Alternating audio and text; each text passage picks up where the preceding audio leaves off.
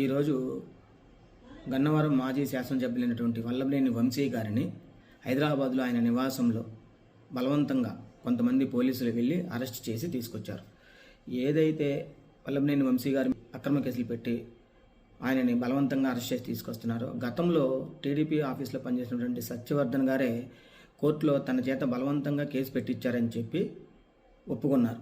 అటు ఆ కేసు పెండింగ్లో ఉండగా, రన్నింగ్ అవుతుండగా, మళ్ళీ ఈరోజు అది హీరింగ్కి వస్తున్న సందర్భంలో కొన్ని అక్రమ కేసులు బదలాయించి ఆయన మీద బలవంతంగా అరెస్ట్ చేసి కృష్ణలంకలోని విజయవాడ కృష్ణలంకలోని 610 పోలీస్ స్టేషన్కి తరలించారు. అయితే ముఖ్యంగా మేము అడగదలుచుకుంది ఏంటంటే, ఏ కేసు మీద వల్లభనేని వంశీ గారిని అరెస్ట్ చేశారు? కనీసం ఆయన కుటుంబ సభ్యులకు కూడా ఎఫ్ఐఆర్ చూపించట్లేదు. ఏ కేసు మీద అరెస్ట్ చేశారో చెప్పట్లేదు. బలవంతంగా ఎస్సీ ఎస్టీ అట్రాసిటీ కేసులు పెట్టి ఆయనని కక్షపూరితంగా ఏదైతే కూటమి ప్రభుత్వం వైసీపీ నాయకుల మీద కానివ్వండి, కార్యకర్తల మీద కానివ్వండి, అభిమానుల మీద కానివ్వండి కక్షపూరితంగా వ్యవహరిస్తుంది.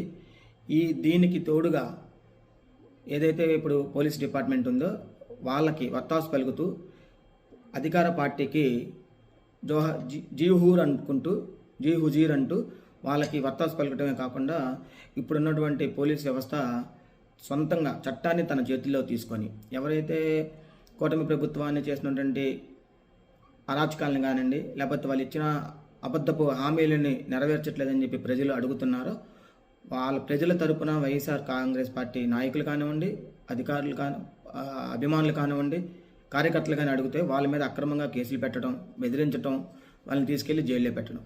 ఈ చందాన గవర్నమెంటు కక్షపూరితమైనటువంటి రాజకీయం చేస్తుంది. మన రాష్ట్రంలో అంబేద్కర్ రచించినటువంటి రాజ్యాంగం కాకుండా నారా లోకేష్ రాసినటువంటి రెడ్ బుక్ రాజ్యాంగం నడుస్తుంది. అధికారులు ఒకటే గుర్తుంచుకోవాలి, ఎవరికి అధికారం శాశ్వతం కాదు. రాజకీయంలో గెలుపోవటంలు అనేది సర్వసాధారణం. ఈరోజు కూటమి ప్రభుత్వం అధికారంలో ఉంటుంది. రేపు జరగబోయే ఎలక్షన్లో ఖచ్చితంగా వైఎస్ఆర్సీపీ పార్టీ ఖచ్చితంగా అధికారంలోకి వస్తుంది. మా నాయకుడు జగన్మోహన్ రెడ్డి గారు చెప్పినట్టుగా జగన్మోహన్ రెడ్డి గారు 2.0ని ఖచ్చితంగా చూస్తారు. ఇప్పుడు ఏదైతే అధికారులు చట్టాన్ని తన చేతుల్లో తీసుకొని నారా లోకేష్ గారు చెప్పినటువంటి వారి మీద కక్షపూరితమైన కేసులు పెడుతున్నారో, వాళ్ళందరూ రిటైర్మెంట్ అయినా కూడా, లేదంటే విదేశాల్లో వెళ్ళిపోయినా సరే, వాళ్ళందరినీ సప్త సముద్రాల అవతల ఉన్నా కూడా తీసుకొచ్చి చట్టం ముందు నిలబెట్టి వాళ్ళని దోషులుగా నిలబెడతారు. అది ఖచ్చితంగా జరిగి తీరుతుంది. దయచేసి రక్షక నిలయాలుగా ఉన్నటువంటి పోలీస్ స్టేషన్లు భక్షక నిలయాలుగా మార్చమాకండి. ఆల్రెడీ నిన్న మొన్న మనం చూస్తున్నాము, హైకోర్టు కూడా అవసరమైతే డీజీపీ గారిని కూడా మేము కోర్టుకి పిలుస్తామని చెప్తున్నారంటే, ఈ రాష్ట్రంలో పోలీస్ వ్యవస్థ ఏ విధంగా అధికార పార్టీ కొమ్ము కాస్తుందో అనేది అర్థమవుతుంది. ఒక డీజీపీ స్థాయి వాళ్ళని కోర్టుకి రమ్మంటున్నారంటే రాష్ట్రంలో ఎలా ఉంది అంటే, మన రాజ్యాంగం ప్రకారం మనకున్నటువంటి హక్కు, స్వాతంత్రం హక్కు, స్వేచ్ఛగా మాట్లాడే హక్కు కూడా లేకుండా ఆ స్వేచ్ఛను కూడా హరించేస్తూ కాలరాస్తూ వాళ్ళకు అనుకూలంగా మాట్లాడుతున్నారు. ఏదైతే కూటమి ప్రభుత్వం ఈరోజు అధికారంలోకి రావటానికి అబద్ధపు హామీలు చెప్పి, ప్రతి అమ్మకి వందనం అని చెప్పి, ఫ్రీ బస్ అని చెప్పి, గ్యాస్ సిలిండర్లు 3 ఉచితం అని చెప్పి, రైతు భరోసాకి 15,000 కాదు 20,000 ఇస్తామని చెప్పి, నిరుద్యోగ భృతి ఇస్తామని చెప్పి, మరి అలాగే సంవత్సరానికి 4 లక్షల ఉద్యోగాలు చొప్పున 5 సంవత్సరాలు 20 లక్షల ఉద్యోగాలు కల్పిస్తామని చెప్పి, ఈ రకంగా ఎన్ని అలివిగాని హామీలను ఇచ్చి అధికారం చేపట్టుకున్న తర్వాత 8 నెలలు అయిపోయిందండి. మా అమ్మఒడి ఏమైపోయింది, మా రైతు భరోసా ఏమైపోయింది, మా ఫ్రీ బస్ ఏమైపోయింది, లేదంటే మీరు ఇస్తా ఉన్న గ్యాస్ సిలిండర్లో నామమాత్రంగా 1,50,00,000 మంది మహిళలు ఉంటే మీరు 4,40,000 మందికి కూడా మీరు 10,000 మందికి కూడా ఇవ్వకుండా అదేం చేశారు, ఈ రైతులకు ఏం చేశారు అని చెప్పి నిలదీస్తున్నటువంటి ప్రజలను కానివ్వండి, ప్రజల తరపున పోరాడుతున్నటువంటి వైసీపీ నాయకులను కానివ్వండి, కార్యకర్తలను కానివ్వండి అరెస్ట్ చేయడం, అక్రమ కేసులు పెట్టడం. ఇదా మీకు అధికారం ప్రజలు ఇచ్చింది? దీనికోసమైనా మీరు 164 సీట్లు గెలిచింది. మీరు ఏదైతే ఆ రోజు నారా చంద్రబాబు నాయుడు గారు కానివ్వండి, లోకేష్ గారు కానివ్వండి, పవన్ కళ్యాణ్ గారు కానివ్వండి ప్రజలకి హామీలు ఇచ్చి మాది బాధ్యత అని చెప్పారు. ఈరోజు ఆ బాధ్యతను విస్మరించి కక్షపూరితంగా వైఎస్ఆర్సీపీ నాయకుల మీద, కార్యకర్తల మీద, వాళ్ళ వ్యక్తిగతాల మీద పరోక్షంగా కానీ ప్రత్యక్షంగా కానీ కేసులు పెట్టి వాళ్ళని భయపెట్టడం, భయభ్రాంతులు చేయటం జరుగుతుంది. దయచేసి మేము అందరికీ ఒకటే విజ్ఞప్తి చేస్తున్నాము, పోలీస్ వ్యవస్థకి దయచేసి మీరు అంబేద్కర్ రాజ్యాంగాన్ని ఫాలో అయ్యి న్యాయాన్ని కాపాడాలని కోరుకుంటున్నాం. నారా లోకేష్ రెడ్ బుక్ రాజ్యాంగాన్ని మాత్రం ఫాలో అవుతే మునుముందు కాలంలో ఖచ్చితంగా ప్రజల నుంచి కానివ్వండి, మా తరపు నుంచి కానీ తీవ్ర పరిణామాలు ఎదుర్కోవాల్సి వస్తుంది. మా నాయకుడు ఏదైతే ఖచ్చితంగా చెప్పాడో, ఎవరికైతే అన్యాయంగా అక్రమంగా కేసులు పెడతారో వాళ్ళని వదిలిపెట్టేదే లేదు.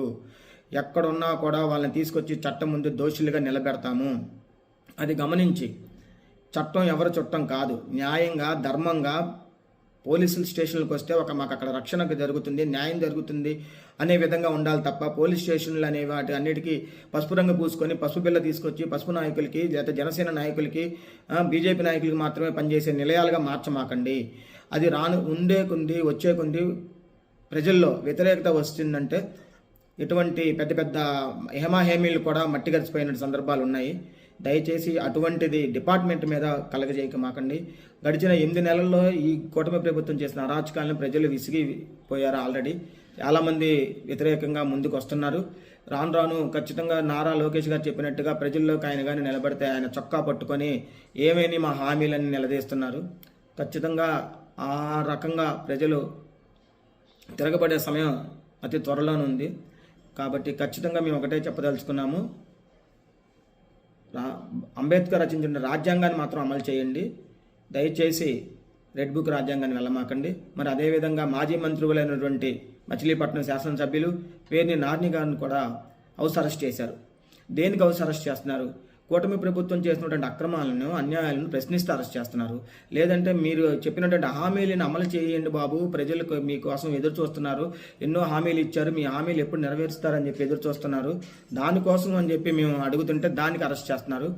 దయచేసి కూటమి ప్రభుత్వానికి కానివ్వండి, పోలీస్ డిపార్ట్మెంట్ వారికి కానివ్వండి, మేము ఒకటే తెలియజేస్తున్నాం, న్యాయం ధర్మం దానికి కట్టుబడి దానికి మీరు చేయండి తప్ప ఒకరి మెప్పు కోసమో ఒకరి యొక్క ఆనందం కోసమో రాజ్యాంగాన్ని అవబాసు చేసి ఇది చేయమాకండి. మేము ఒకటే కోరుకుంటున్నాము, పేర్ని నాని గారిని కానివ్వండి, వల్లభనేని వంశీ గారిని కానివ్వండి, తక్షణమే హౌస్ అరెస్ట్ నుంచి కానివ్వండి ఆయనని విడుదల చేసి న్యాయం పరంగా ఏదైనా ఉంటే కోర్టు పరంగా తేల్చుకోవాలి. అట్లా కాకుండా మా రాజ్యం మేము ఇష్టం వచ్చినట్టు చేస్తామంటే మాత్రం ఖచ్చితంగా మీరు తీవ్ర పరిణామాలు ఎదుర్కోవాల్సి వస్తుంది. దయచేసి ఇటువంటి విశ్వ సంస్కృతిని తీసుకురామాకండి. నడిచినటువంటి 5 సంవత్సరాల పాలనలో ఏ రోజు కక్షపూరిత రాజకీయాలు మా జగన్మోహన్ రెడ్డి గారు చేయలేదు. చేస్తే వేరే విధంగా ఉంటుంది. ఆ విశ్వ సంస్కృతిని మీరు అలవాటు చేసి తర్వాత రానున్న కాలంలో దాన్ని మేము కంటిన్యూ చేసే విధంగా చేయొద్దని చెప్పి మేము కోరుకుంటూ సెలవు తీసుకుంటున్నాం. జై జగన్, జై అవినాష్.